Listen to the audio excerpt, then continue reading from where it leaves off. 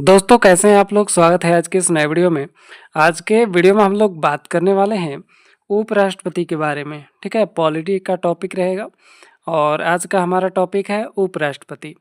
आज के वीडियो में हम लोग बात करेंगे कि उपराष्ट्रपति की क्या योग्यता होती है। ठीक है, मतलब कि उपराष्ट्रपति बनने के लिए क्या योग्यता चाहिए होता है और उपराष्ट्रपति के क्या कार्य होते हैं, उनके क्या अधिकार होते हैं और उपराष्ट्रपति को क्या-क्या शक्तियाँ प्रदान होती हैं। ठीक है, क्या-क्या शक्तियाँ मिली होती हैं।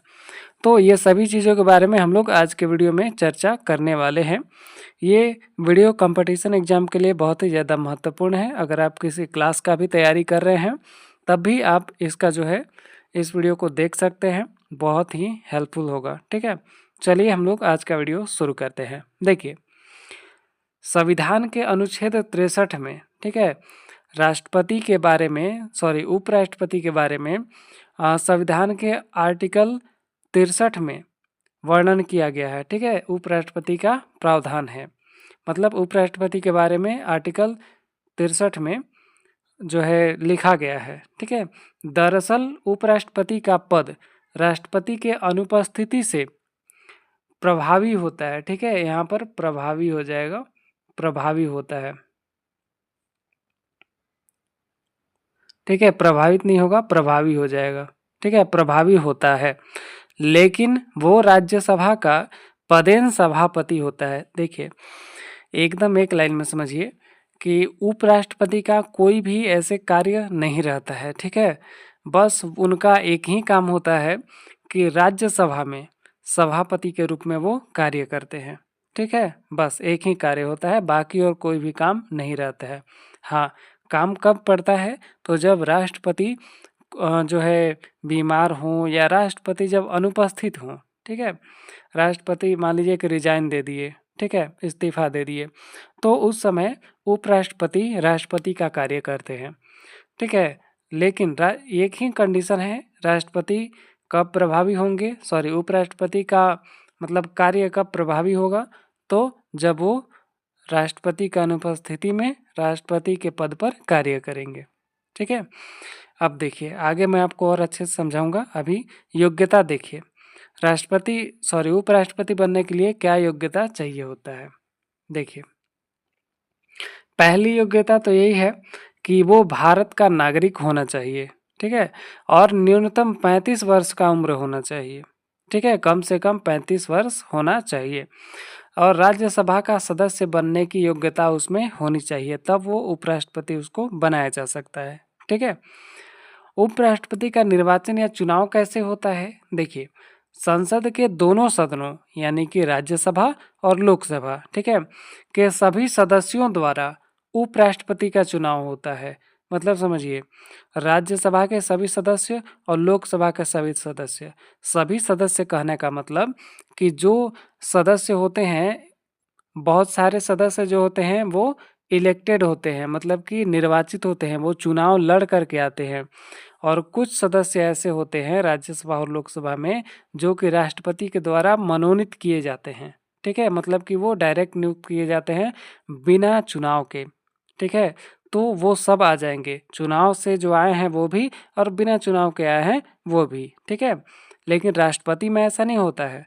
राष्ट्रपति का जब चुनाव होता है तो उसमें राज्यसभा के निर्वाचित सदस्य और लोकसभा के निर्वाचित सदस्य और ये एमएलए लोग जितना होते हैं, ठीक है, विधानसभा के निर्वाचित सदस्य, वो सब भाग लेते हैं।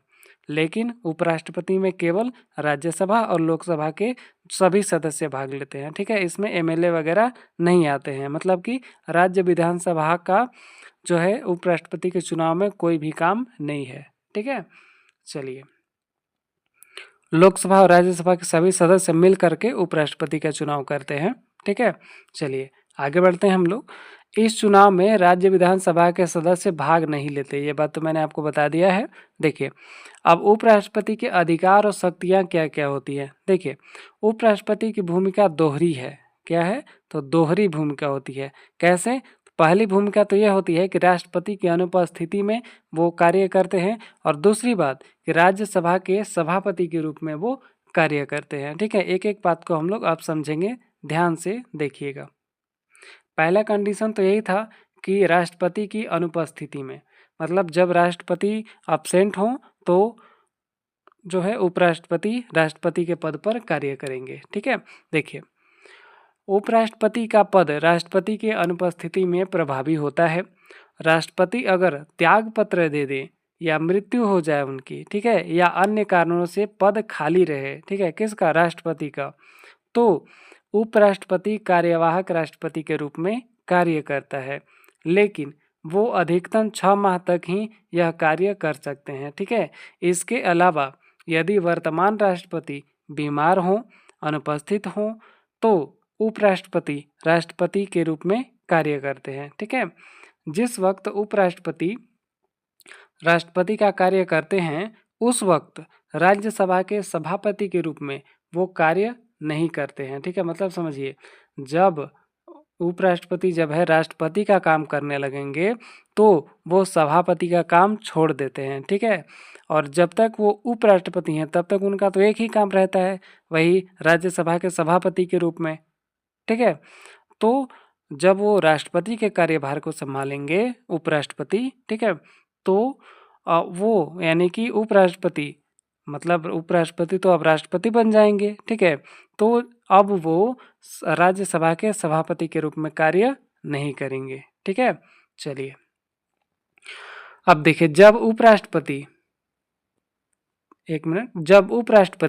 राष्ट्रपति के पद पर होंगे उस वक्त उनको वेतन और भत्ता राष्ट्रपति का मिलेगा।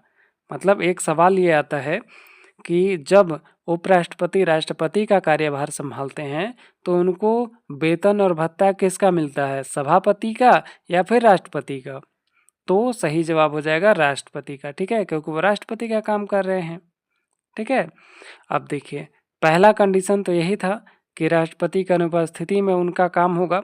दूसरा कंडीशन ये था कि राज्य के सभापति के रूप में।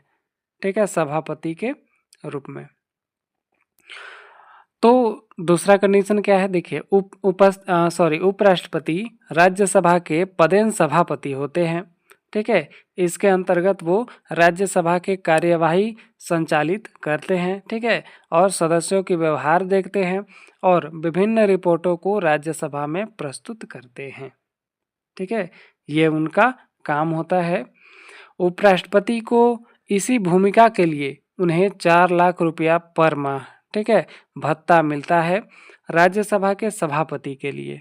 ठीक है, मतलब उपराष्ट्रपति तो उनका एक ही काम है, वो सभापति के रूप में, तो उनको उपराष्ट्रपति का सैलरी नहीं मिलता है। ठीक है, उपराष्ट्रपति के लिए संविधान में कोई भी भत्ता या सैलरी नहीं दिया गया है। ठीक है, वो जब सभापति का काम करते हैं, ठीक है, राज्यसभा में, तब उनको सभापति का वेतन और भत्ता मिलता है। ठीक है, तो ये आपको कंफ्यूज नहीं होना है, राष्ट्रपति के लिए सैलरी है लेकिन उपराष्ट्रपति के लिए सैलरी नहीं है। ठीक है, तो ये बात हो गया, क्योंकि जो है उपराष्ट्रपति का वेतन शून्य होता है। ठीक है, संविधान में इसका कोई व्याख्या नहीं किया गया है, तो उपराष्ट्रपति को कोई वेतन नहीं मिलता है जब तक वो सभापति, मतलब उपराष्ट्रपति का तो एक ही काम है सभापति के रूप में, तो उनको सभापति का वेतन मिलता है। ठीक है, उपराष्ट्रपति का वेतन नहीं मिलता है।